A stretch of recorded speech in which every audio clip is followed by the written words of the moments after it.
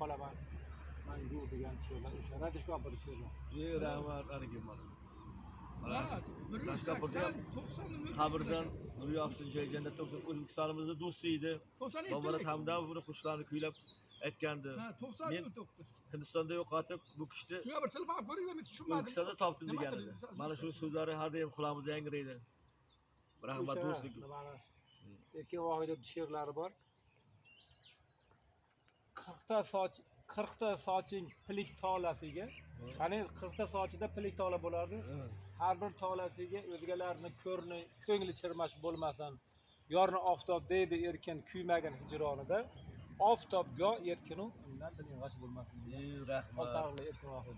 Rahmat. Yana bitta nimasi bor.